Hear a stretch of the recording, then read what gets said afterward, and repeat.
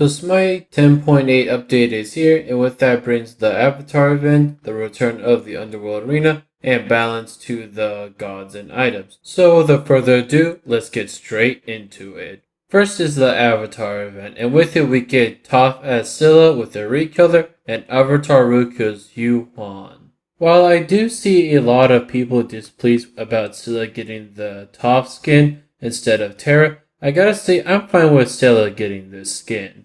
I do understand why some people think that Terra would have gotten this skin, but I feel like it would be kind of weird to see Toph more of a support character rather than a character that can burst you down with her earth-bending abilities. While Scylla would have been my first choice for Toph, I still think they did a really good job with this skin. Now for the Avatar Roku skin, I really don't have anything to say about the skin other than, oh yeah, he exists. It's still weird for me, instead of making a skin for one of the main characters such as Katara or Sokka, they decided to do one of the previous avatars. While I think it is neat that they did it, it feels like they should have focused on the main group of characters rather than a character I pretty much forgot until this event. Now the Underworld Arena makes its return with a couple of new mechanics. The first thing is the addition of Pyrocast. And what Pyrocasts do is that when hitting a basic attack, they are launched forward and knocking up an enemy god when hit. Also, the Fire Giant makes its way into the arena, but with its own unique twist. Firstly, once the Fire Giant spawns in the middle of the arena, multiple Pyrocasts will spawn as well. And the buff you receive when killing the Fire Giant will also act differently.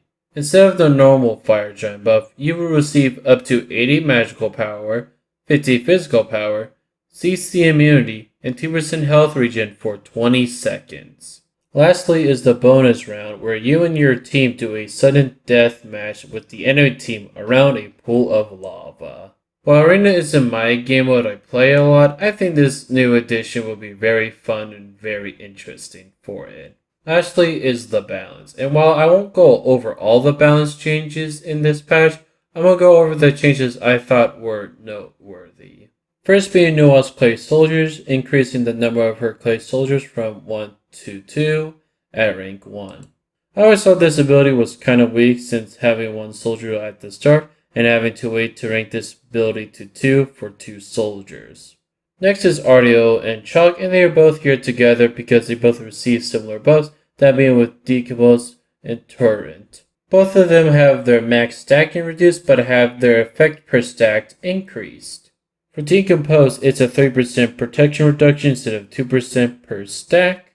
And for Torrent, their protections gained per stack are increased from 4 to 5. Last thing for balance is Ravana, and they are finally nerfing Chain of Blows. But I don't think this is going to make Ravana less broken. It's definitely a start. It was definitely tiring to see them nerf his power of his other abilities, and not this annoying passive of his. It wasn't this, or this, or this, or this, it was this. Overall, this update wasn't bad. Most of the balance was good, and it's nice to see some new avatar skins. If I had to give a rating to this update, I'll give it a 7 out of 10. It wasn't a super amazing update, but it wasn't a horrible update either. But that's gonna wrap up today's video, and I hope you have enjoyed, and if so, please leave a like. And if you are new all to the channel, hitting that subscribe button will be very appreciated.